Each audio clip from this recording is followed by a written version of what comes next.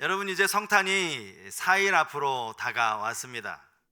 몇 년 전으로 제가 기억하는데 어떤 분이 서울에 가면 기가 막힌 성탄 트리 장식을 볼 수 있다, 그 이야기를 듣고 제가 가족들과 함께 지하철을 타고 다녀온 적이 있습니다. 그곳이 어딘가 하면 명동에 있는 신세계백화점 본점. 가보셨습니까? 저처럼 세속적인 사람만 가서 구경. 여기 신세계 그 본점에 가니까요, 그 뭐 벌써 전철에서 내리자마자 그 앞에 얼마나 많은 사람들이 거걸 서서 막 구경을 하고 있는지. 2014년부터라고 하는데 지금은 미디어 아트라고 해서 그 외벽 전체를 아예 그 스크린으로 만들어 버렸어요. 그래서 화면 전체가 이 그 영상으로, 그냥 사진이 아니라 영상으로 그렇게 이제 막 상영이 되고 있는데, 아마 보셨을 거예요. 제가 이렇게 인터넷에서, 이건 인터넷에서 찍은 사진인데요.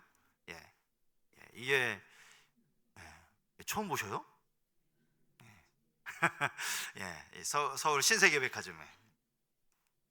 근데요, 이건 우리는 뭐 저것만 가지고도 와, 굉장하다. 그런데 미국의 크리스마스 장식은요, 우리나라하고는 이제 스케일부터가 다르다고 합니다. 최근에 권사님이 이제 미국에 다녀오신 권사님이 계셔서 미국의 성탄절 장식을 막 이야기해 주시는데요, 뭐 거기는 정말 도시 전체가 크리스마스 장식으로 가득하다라는 거예요. 추수감사절이 딱 끝나면서 바로 이제 크리스마스 카운트다운이 되는데, 도시마다, 건물마다 어마어마한 성탄트리 장식이 만들어진다는 거예요. 저는 제가 가봤어야 말이죠. 어떻게 생기느냐, 사진 좀 보내달라 하니까 사진 몇 장을 보내주셨어요. 요게 그 록펠러 타워라고 합니다. 록펠러. 미국에서 가장 큰, 이렇게 보면 별로 안 커 보이지만 이게 뭐 전 세계 사람들이 저 트리 보려고 미국에 온대요. 그만큼 어마어마한 이 성탄 트리 장식이 있는데요. 근데 여러분, 그거 알고 계십니까? 미국 사람들에게는 이제 더 이상 성탄절이 그들이 가지고 있는 어떤 신앙적인 종교적인 의미라기보다는 하나의 문화로 자리 잡았다라는 사실을. 그들은 그냥 단순히 이 문화예요. 벌써 오래전부터 성탄절의 주인공은 예수 그리스도가 아닙니다. 성탄절의 주인은 산타클로스와 루돌프 사슴입니다. 이웃끼리 선물을 주고받으면서 막 축제를 즐기면서 성탄절은 쇼핑절이 되어버리고 말았습니다. 혹시 미국에서는 메리 크리스마스라는 인사 대신에 해피 할러데이라고 인사한다는 거, 아마 제가 오래전에 한번 말씀을 드린 것 같은데 기억나십니까? 미국 사람들은 메리 크리스마스 안 한대요. 해피 할러데이 이렇게 말한답니다.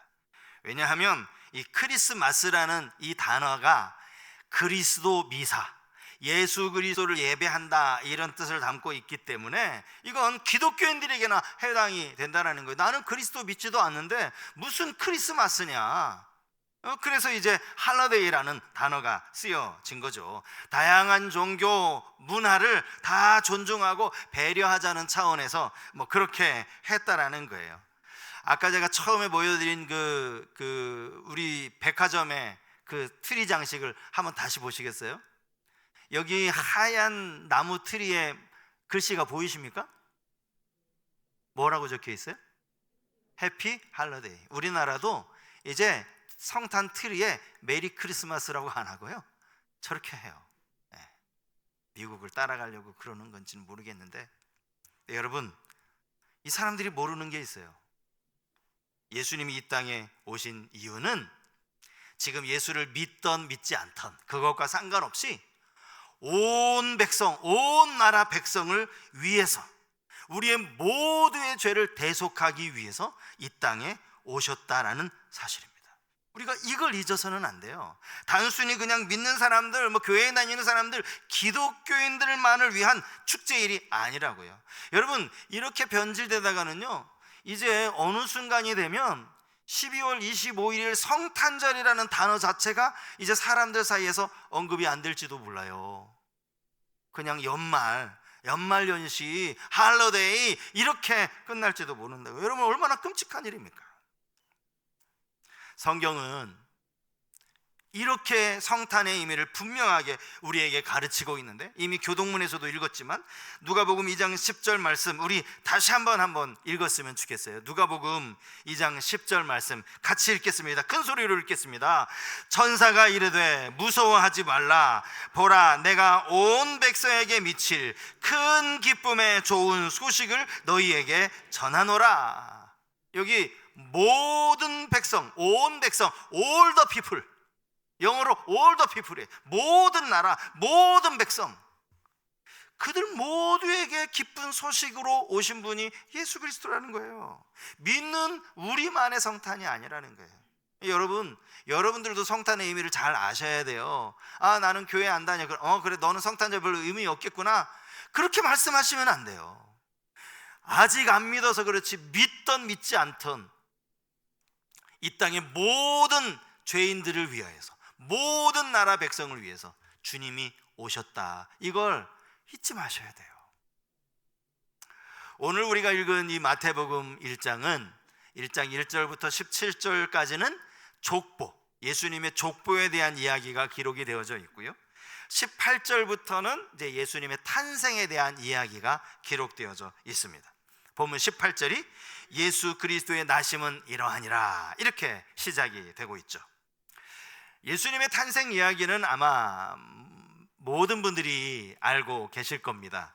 요셉과 마리아는 두 사람이 서로 정혼, 약혼은 하였지만 아직 결혼하지 않은 상태고, 당연히 두 사람이 서로 동거하지도 않은 상태였습니다. 그런데 어느 날 마리아에게서 성령으로 잉태된 것이 나타났죠. 성경이 그렇게 말합니다. 여기 나타났다라는 이 말은 그가 임신했다라는 사실이 드러나게 되고 알려지게 되었다, 그런 의미죠. 자연적으로 배가 나오니까 알 수 있는 일 아니겠어요? 요셉은 이 사실을 드러내지 않고 가만히 끊고자 했다, 성경은 이렇게 말합니다. 왜? 여러분, 이 사실을 드러낸다라는 말은 사람들에게, 동네 사람들에게, 이웃 사람들에게 마리아가 임신했다라는 이야기를 퍼뜨리는 것이죠. 그렇게 되면 마리아는 간음죄에 해당합니다. 그는 돌에 맞아 죽어야 합니다. 의로운 요셉이 마리아를 위해서 이걸 입 밖에 내지 않아요. 드러내지 않아요. 하지만 가만히 끊고자 했다라고 나옵니다. 파혼이죠. 요셉 입장에서 어떻게 마리아랑 같이 결혼할 수 있습니까? 벌써 임신을 해버렸는데. 요셉이나 마리아나 오늘 이 시대에도 다 마찬가지죠. 여자가 남자와 동침하지도 않았는데 아기를 낳았다, 성령으로 잉태되었다라는 이 말, 성경에 여기 딱 처음 나와요. 이런 일이 경험 예전에 있었어야 말이지. 아니, 어떻게 성령으로 잉태돼서 아기를 가질 수 있어? 이걸 누가 믿어주겠냐고요. 아무도 믿어주지 않은 거죠. 그때 주의 사자가 요셉의 꿈에 나타나셔서 태어날 아기에 대해 알려주시는데, 오늘 본문에서 아기의 이름을 알려주십니다. 아기의 이름을 지어주시는 거죠. 이름을 짓는다, 여기 부모님들이 사랑하는 자녀의 이름을 짓잖아요. 이름을 지을 때 그냥 생각난 대로 짓지는 않을 거예요. 이 아이에 대한 소망, 부모의 바람, 이런 것들을 담아서 이름을 지을 겁니다. 성경은 더더욱이나 그 이름이 갖는 의미가 상당히 크죠. 그래서 심지어는 하나님이 혹은 사람이 이름을 바꿔주는 경우가 얼마나 많은지 몰라요. 아브라함이 아니라 아브라함으로, 야곱이 아니라 이스라엘로, 이렇게 이름을 바꿔주는, 그만큼 이름이 중요하기 때문이에요. 천사가 알려준 이름은 두 가지 이름이었습니다. 오늘 그 두 가지 이름을 함께 생각을 해보려고 해요. 오늘 이 말씀이 전혀 생소한 말씀은 아니겠지만, 또 성찬절을 맞이해서 다시금 이 이름이 갖는 의미를 함께 생각하면서 은혜를 나누기 원합니다. 첫 번째 이름, 예수라는 이름이죠. 예수. 자, 본문 21절 말씀입니다. 아들을 낳으리니 이름을 예수라 하나, 이는 그가 자기 백성을 그들의 죄에서 구원할 자이심이라 하니라. 예수라는 이름은 헬라어, 그리스어로 만들어진 이름입니다. 하지만 예수라는 이름의 유래는 히브리어, 저 구약 성경이 기록되어진 히브리어에서 유래합니다. 히브리어 호세아에서 바로 이 예수라는 이름이 나왔다라는 거죠. 눈의 아들이면서 모세를 이어 이스라엘 백성들을 이끌고 가나안 땅으로 데리고 갔던 그 지도자 이름이 여호수아 아닙니까? 근데 여러분, 여호수아도 원래 본명이 아니에요. 자, 민수기 13장 8절에 보니까 여기 이런 말씀이 나옵니다. 에브라임 지파에서는 눈의 아들 호세아요. 원래 이름은 호세아였다라는 것이죠. 이제 가나안 땅을 정탐하기 위해서 각 지파별로 한 사람씩을 뽑는데 에브라임 지파에서는 눈의 아들 호세아가 뽑힘을 받았다, 그 이야기를 하고 있는 거예요. 그런데 자, 16절, 이어지는 16절 말씀 보십시오. 이는 모세가 땅을 정탐하러 보낸 자들의 이름이라 모세가 눈의 아들 호세아를 여호수아라 불렀더라. 여호수아라는 이름이 누가 지어진 이름? 모세가 지어준 이름, 바꿔준 이름이죠. 호세아나 여호수아나 사실은 비슷해요. 호세아라는 이름의 뜻은요, 구원하다라는 뜻입니다. 구원하다. 그런데 앞에 여는 여호와 하나님을 의미해요. 여자가 들어가니까 여호와는 구원이시다, 이런 뜻이 되는 거예요. 여호수아의 뜻은 여호와는 구원이시다, 그런 뜻이 되는 겁니다. 예수라는 이름, 그걸 그대로 그리스어로 헬라어로 바꿔와서 예수라는 이름도 마찬가지죠. 오늘 성경에 보면 자기 백성을 그들의 죄에서 구원할 자, 이것이 바로 예수라는 이름의 뜻입니다. 그 이름에서 알 수 있는 아주 중요한 것이 있어요. 그건 예수님이 이 땅에 왜 오셨는가, 예수님이 이 땅에 오신 목적을 알 수 있어요. 예수님이 왜 오셨어요? 우리를 구원하시려고, 그것도 우리를 죄에서 구원하시기 위해서 이 땅에 오신 것입니다. 예수님은 우리를 구원할 유일한 구원자이십니다. 더욱이 죄에서부터 우리를 구원하시려고 주님은 특별한 방법으로, 우리의 머리의 상상으로 도무지 있을 수 없는 부정모혈이 아니라, 엄마와 아빠가 결혼해서 낳는 아기가 아니라 처녀의 몸에 성령으로 잉태되어서 이 땅에 태어나신 것이죠. 사도행전 4장 12절 말씀에 보면 여기 이런 말씀이 있습니다. 다른 이로서는 구원을 받을 수 없나니 천하 사람 중에 구원을 받을 만한 다른 이름을 우리에게 주신 일이 없음이라 하셨더라. 예수님 말고는 구원을 얻을 다른 이름이 없습니다. 오직 예수 그리스도를 통해서만 우리가 구원을 받을 수 있다라는 그 말씀이죠. 물에 빠진 사람, 그 물속에서 건져주는 것, 이것도 넓은 의미에서 구원입니다. 그것도 구원이에요. 죽을 사람을 살려냈으니까. 종종 요즘 같은 이런 또 겨울철에도 이렇게 얼음 낚시하다가 또 여름에는 수영하다가 물에 빠진 사람들을 어떤 용감한 사람이 그 사람을 구해내지 않습니까? 그런 뉴스가 종종 TV에서 나오죠. 그러면 그분은 정말 대단한 분이에요. 아무나 그렇게 못해요. 아무리 수영을 잘해도 그렇게 하기가 쉽지 않습니다. 심지어 어떤 사람은 죽을 사람을 살려내고 본인은 결국 너무 힘이 빠진 나머지 그냥 물에 빠져 죽어요. 참 대단한 사람이죠. 어떻게 자기를 희생하면서 다른 사람을 살릴 수가 있습니까? 근데 여러분, 그 사람들도 영웅이지만 우리 주님은 영원한 죽음에서 죽을 수밖에 없는 우리들을 영원한 생명으로 이르게 하시려고 이 땅에 오신 거예요.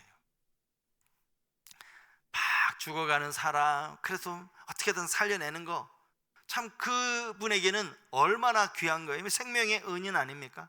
하지만 가만히 생각해 보면 어차피 우리가 80년, 90년 살아도 성경은 안개와 같은 인생이라고 했는데, 그동안 몇 년을 살아왔건 간에 그렇게 해서 다시 목숨은 건졌지만 결국 또 몇 년 지나면 자연적으로 늙어서 나이 많아서 죽게 되는 것 아닙니까? 죽는 거예요. 그때 그렇게 잠깐 살았지만 그렇다고 그 영원한 생명을 보장받은 것이 아니라고요. 하지만 예수 그리스도께서 이 땅에 오심은 죄로 인하여 영원한 멸망을 받을 수밖에 없는 우리를 위하여 완전한 구원을 선물로 주시려고, 영원히 죽지 않는 생명을 우리에게 주시려고 대신 죽으신 줄 믿습니다. 이게 성탄이고 이게 예수 그리스도의 십자가 아닙니까? 한 사람 두 사람이 아니에요. 한 사람 건져내도 그 사람을 영웅이라 칭하거늘 예수님은 그를 믿는 모든 자마다 다 멸망하지 않고 구원을 얻도록 그렇게 이 땅에 오신 거예요. 왜 성경이 모든 백성에게, 온 백성에게 미칠 큰 기쁨의 좋은 소식인가? 당연한 것이죠. 크리스마스를 단지 기독교인들만을 위한 명제라고 이야기하는 건 아직 성탄이 뭔지를 모르는 사람들이라 하는 말이에요. 예수님이 누구를 위해서, 자기를 위해서 오셨는지도 모르는 거예요. 그런데 여기서 우리가 또 하나 아주 중요하게 보아야 할 성경 구절이 있습니다. 로마서 10장 13절과 14절 말씀인데, 우리 이 말씀은 같이 한번 읽었으면 좋겠습니다. 같이 읽겠습니다. 누구든지 주의 이름을 부르는 자는 구원을 받으리라. 그런즉 그들이 믿지 아니하는 이를 어찌 부르리요? 듣지도 못한 이를 어찌 믿으리요? 전파하는 자가 없이 어찌 들으리요? 여러분, 이 말이 뭡니까? 분명히 바울은 주의 이름을 부르는 자가 구원을 받는다, 예수를 믿는 자가 구원을 받는다라고 분명히 말하고 있어요. 예수님을 부르는 자. 그러면서 예수의 이름을 부르려면 먼저 그가 예수를 믿어야 예수의 이름을 부를 것이 아니냐, 이렇게 말합니다. 당연하죠. 예수님을 믿는 사람이 예수님의 이름을 부를 수 있죠. 그러면 그 사람을 예수 믿게 하기 위해서 누군가가 그에게 예수 그리스도를 전하지 않겠느냐라는 거예요. 듣지도 못한 이를 어찌 믿겠느냐, 누군가에서 예수에 대해서 들었으니까 믿게 된 거 아니냐, 이 얘기를 하는 거예요. 그러면 누군가에게서 들었다면 바로 그 사람에게 복음을 전해준 사람, 전하는 사람이 있지 않겠느냐, 바울이 지금 이 이야기를 하고 싶은 거예요. 누구든지 예수의 이름을 부르면 구원받습니다. 그가 구원받기 위해서는 누군가 그에게 예수 그리스도를 전파해야 된다는 거예요. 그래야 듣고 믿어서 부르게 된다는 거죠. 제가 이런 말씀 여러 번 드렸어요. 여러분, 우리가 이 지역교회에 사명이 있다라는 말씀, 우리 교회가 지금은 대치동에 있지 않고 지금은 분당에 있지 않아요. 순회동에 있지 않아요. 지금은 죽전동에 있습니다. 하나님께서 성서교회를 이 죽전동으로 인도해 주신 것은 이 죽전동 지역에 살고 있는 사람들이 적어도 성서교회 때문에라도 예수? 난 예수라는 사람에 대해서 못 들어봤는데, 예수에 대해서 듣지 못해서 예수를 못 믿는 사람이 있어서는 안 되는 거예요. 만에 하나 그런 사람이 있다면 누구 책임입니까, 여러분? 정확하게 말하세요. 누구 책임이에요? 우리 책임입니다. 죽전동에 세워진 성서교회 책임이라고요. 교회가 이게 버젓하게 십자가까지 세워놓으면 뭐해요? 우리끼리만 그냥 성탄 발표회 하고.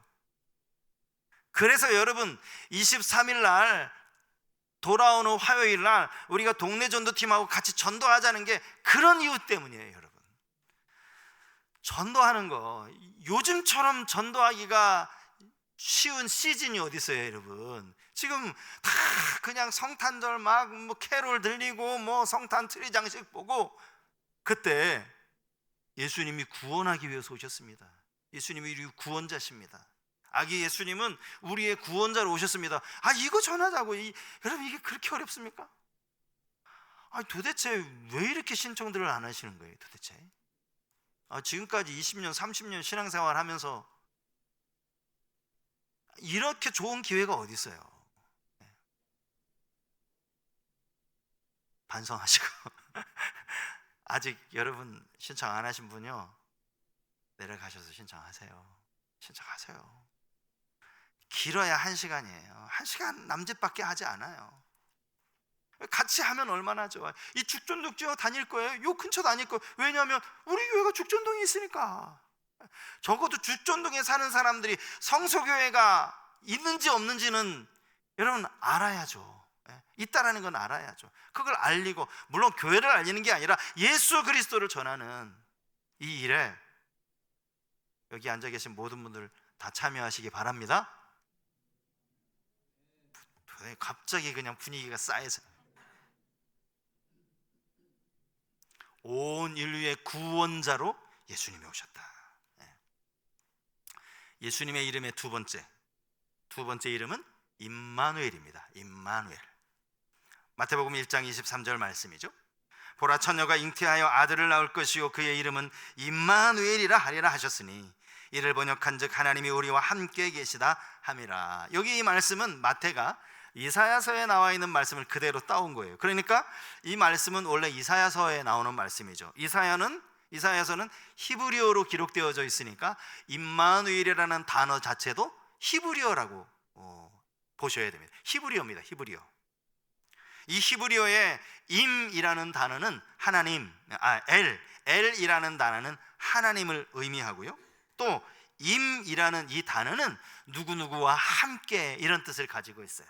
그리고 히브리어로 이 누라는 단어는 우리라는 뜻이 담겨 있습니다. 임마누 그러면 우리와 함께 이런 뜻이고요, 임마누엘 이걸 거꾸로 읽으면 하나님이 우리와 함께, 하나님이 우리와 함께 하심 이런 뜻입니다. 임마누엘이라는 이 이름 안에는 예수님이 하나님이다 라는 뜻도 담겨 있을 뿐만 아니라 그분이 이 땅에 오신 이유가 우리와 함께 하시기 위함이다 이런 뜻도 담겨 있어요. 우리와 함께 하시려고, 함께 하시려고. 저는 우리와 함께 하신다라는 이 의미가 너무너무나 중요하다고 생각합니다. 함께 하신다, 함께 하신다. 우리 한번 따라 할까요? 함께 하신다. 시편 23편 우리가 잘 아는 다윗의 시죠. 4절 말씀에 다윗이 이런 고백을 합니다. 내가 사망의 음침한 골짜기로 다닐지라도 해를 두려워하지 않을 것은 주께서 나와 함께 하심이라. 주의 지팡이와 막대기가 나를 안위하시나이다. 시인이, 다윗이 사망의 음침한 골짜기를 다녔다라고 말합니다. 이건 어디 지명 이름이 아니에요. 다윗이 인생 가운데 살아오면서 너무너무나 견디기 힘든, 여러분 인생의 골짜기를 지난다라는 이 골짜기라는 의미 자체가 사실은 고난, 어려움, 역경을 뜻하는 단어 아닙니까? 그런데 여기에 죽음이라는 단어, 또 캄캄한, 이런 음침한이라는 단어가 합쳐졌어요. 사망의 음침한 골짜기. 그러니까 여러분, 우리가 살면서, 인생 살면서 한 번 정도는 뭐 우리가 당할 수는 있어요. 그런데 이런 사망의 음침한 골짜기를 2번, 3번 겪으면 정말 사람이 견디지 못할 것 같아요. 그만큼 이 사망의 음침한 골짜기는 우리에게 너무너무나 극심한 고통인데, 다윗은 이런 고난을 실제 여러 번 겪은 사람이죠. 사울을 위해서 악기를 연주하려고 다윗이 왔는데 갑자기 사울이 다윗을 향해 창을 집어던졌어요. 그 자리에서 죽을 수 있는 겁니다. 심지어 다윗이 사울을 피하다 막 도망다니다가 정신 차리고 보니까 자기가 지금 블레셋 땅에 와 있어요. 블레셋 왕 앞에 있어요. 여러분, 블레셋이 어디예요? 골리앗 장수를 자랑스럽게 여기는 나라가 블레셋입니다. 블레셋 사람들이 철천지 원수가 다윗이죠. 그 앞에 가 있는 거예요. 다윗이 안 되겠다 싶어가지고 갑자기 침을 막 흘리고요, 막 갑자기 그냥 막 땅을 극적극적거리고요, 막 몸을 긁고요. 깜짝 놀라, 이 미쳤구나. 그래서 살아나와요. 3,000명이 다윗 한 사람, 여러분 못 죽이겠어요? 그것도 훈련된 군사 3,000명인데 요즘으로 치면 해병대 3,000명이 그 다윗 한 사람 못 잡겠어요? 뭐 이스라엘이 그렇게 큰 넓은 땅도 아닌데 죽을 고비를 몇 번 넘겼는데 다윗이 뭐라고 얘기해요? 내가 두려워하지 않는다. 이유가 뭡니까? 주께서 나와 함께 하시기 때문에, 함께 하시기 때문에. 사망의 골짜기를 벗어나게 하신 게 아니에요. 사망의 골짜기를 뛰어넘게 하신 게 아니에요. 함께 하신 거예요. 함께 하신 거예요. 그래서 두려워하지 않는다. 함께 하신다라는 말. 여러분, 그래서 우리가 기도할 때 물론 그런 기도도 나쁘지 않아요. 막 기도 제목을 쭉 적어서 구체적으로 조목조목 이렇게 기도 제목을 적어서 하나님 앞에 기도하는 거 나쁘지 않습니다. 그런데 한편 어느 때 이 구절을 가만히 생각해 보면 꼭 그렇게까지 기도하지 않아도 하나님 저와 함께하여 주옵소서. 이 기도면 끝나는 거 아닌가? 여러분, 누구랑 함께 있으면요, 그 함께 하는 사람이 내 처지와 형편 다 알아요. 더군다나 하나님이 나와 함께 하시면 하나님이 내 처지, 형편, 내가 당하는 고통 모르겠어요? 그러니까 고난 겪을 때, 어려운 일 있을 때 하나님 저와 끝까지 함께 하여 주옵소서. 하나님이 저와 함께 하신다는 것을 제가 잊지 않게 하옵소서. 이 기도면 끝나는 거 아닌가? 이런 생각도 들어요. 함께 하는 게 그만큼 중요하다. 이 함께 한다라는 말이요, 성경에 많은 인물들 가운데 이 단어가 자주 사용이 되고 있습니다. 인간은 이런저런 문제를 놓고 막 하나님 앞에 기도하는데 하나님의 응답은 의외로 간단해요. 내가 너와 함께 할게. 이게 끝이에요. 자, 창세기 21장 22절에 보면요, 여기 이런 말씀이 나옵니다. 그때 아비멜렉과 그 군대 장관 비골이 아브라함에게 말하여 이르되 내가 무슨 일을 하든지 하나님이 너와 함께 계시도다. 여기 아비멜렉 비골은 이방 사람입니다. 그랄 사람이에요. 그런데 아브라함을 보니까 아브라함에게 하나님이 함께 하시는 게 이방인의 눈에 보인 거예요. 하나님을 알지도 못하는 사람이, 아브라함 별 볼 일 없는 사람이, 제가 아브라함을 왜 별 볼 일 없다라고 이야기하는가 하면, 지금 제가 21장을 읽어드렸는데 20장에 무슨 내용이 나오는가 하면, 아브라함이요 그랄 땅에 내려가서 또 자기 아내를 누이 동생이라고 속여요. 12장에 한번 나오잖아요. 애굽에 내려갔을 때 바로 앞에 아내를 누이 동생이라고 속여가지고 하마터면 이 하나님의 약속을 완전히 그르칠 뻔하지 않았습니까? 한 번 겪었는데 20장에 또 한 번 아비멜렉이 또 사라를 왕국으로 불러들여요. 그랬더니 하나님이 이 아비멜렉을 꾸짖으시는데 뭐라고 꾸짖으시냐면 너 죽을 것이다. 아비멜렉이 말씀하시는 거예요. 아비멜렉 깜짝 놀랐죠. 아니 내가 왜 죽습니까? 네가 데려온 여자는 남편 있는 여자다. 아비멜렉이 항변하죠. 아닙니다. 아브라함은 분명히 아내라고 하지 않았고 누이 동생이라고 했습니다. 그러니까 아비멜렉이 보기에, 이방인 아비멜렉이 보기에 아브라함은 진짜 형편없는 거예요. 별 볼 일 없는 거예요.